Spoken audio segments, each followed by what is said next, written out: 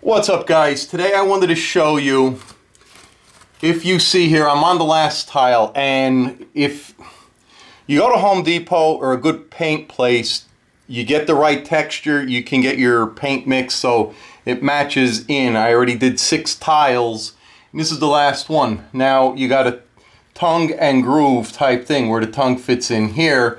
Now with this last tile, you're not going to be able to, bend this tile, you're going to break it. So what happened to me is the old tile is about 1/8 inch more, it's shorter.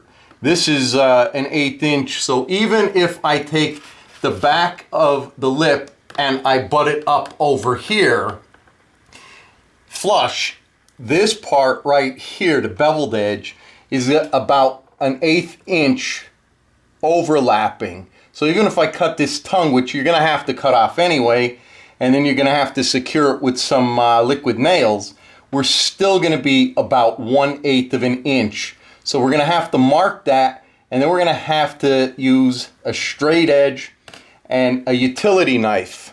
So we're going to go ahead, get the measurement from here, and then you'll mark it on that side, and then we're going to draw a line.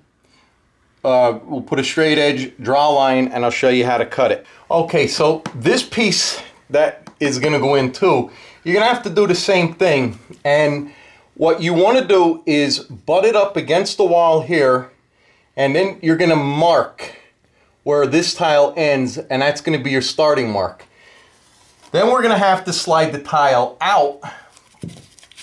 Okay, so once you slide the tile out, you're going to have to look over here towards the wall, and you're going to have to mark this edge because it's going to probably differ. And you want your seam on the back side over here as close as possible. And then what we're going to do now is just draw a line and cut it. Okay, so you're going to just set the straight edge on your marks, and then we just simply draw a line. Now, my recommendation is you want to, and I did this on a test piece before, you want to keep your square back some from your original mark, because when you come in here with the utility knife, you want to be on the score or the score line. So if you can kind of see that, you want to keep the same bevel. Let me get the camera up high so you can kind of see what I'm talking about. You could see it's the same bevel, and we're going to drag the knife. You're not putting the tip in, you're dragging it along. And we're going to go right, and we're first going to make a light score, and then you're going to go through it without this straight edge. Okay, so now I ran that a couple of times, and I'm pretty sure I'm down to this lip. Now what we're going to do is we're going to take and we're going to drag the utility knife along this lip here before we go any further. Okay, so all we did is cut that flush. You're going to go ahead and then paint it before you put it up, but we still got to cut this lip off, remember, because this got to fit up. And the only thing that's going to hold up is liquid nails. You're going to put a good amount on it, and then we're going to brace it and let that sit until it's dry, because there's no way of stapling this. All right, a little tip for you guys. On this one here, instead of leaving that lip, all I did is score right through there, and hopefully the camera will pick that up. It's a pretty smooth edge. Just paint it and stick it up there, and you'll be good to go. Okay, there's another thing I ran into when I tried this out. So on the back side, now we're looking at that beveled side that we cut here. On the back side, you're gonna have to measure back a little bit, and you're gonna have to score another line and then come in and cut, because this part is now hitting. Okay, so you can see I just scored that this way, and then I came in here and just clean that up. So you have it recessed back this way a little bit. And remember, that's on this side that we beveled.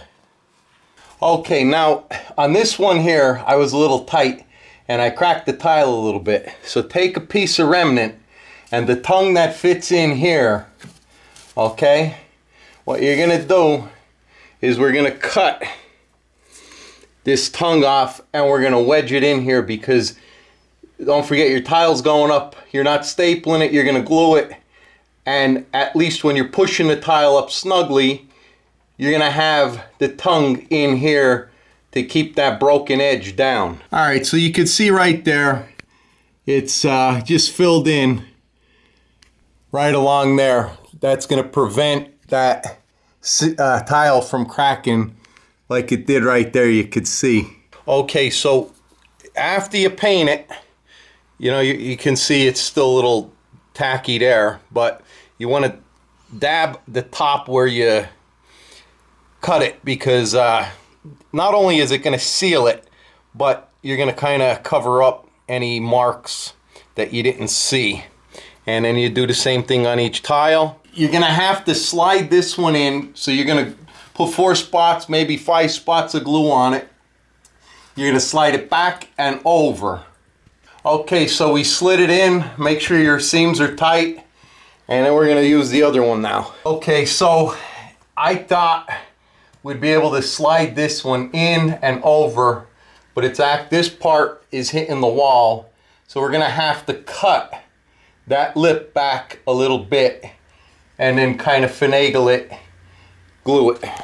Okay, so what I did was I trimmed this and doesn't want to fit. So what you got to do is take your razor and you just want to squirt along here, and we're going to cut this whole entire lip off. Okay, so if you could see, this right here is the lip that you know, is hanging up, because that other lip we just cut off slides in right there. Okay, so you can see we got the lip off, and we got, this is our beveled cut. And then this side is the side that's going against the wall.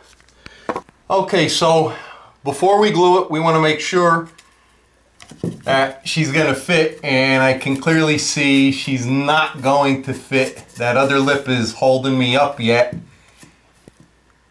So what we're going to do is trim a little off the back side here, because I really don't want to take no more off, and I'm just gonna trim a little off the back side. Okay, so we just put some of that on. We're gonna take this, we're gonna slide it back, and I can't do this on camera.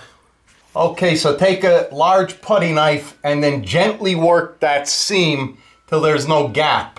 Okay, so in my last video you saw 2 5-gallon buckets. If you didn't, it's just a paint stick that extends, and then what you're gonna have to do is, let me zoom in here, put that, it's a 3/4 inch piece, just check my other video out, and you're just gonna butt it up there as tight as you can, tighten the stick, and wait for it to dry, and that's how it's gonna get secured.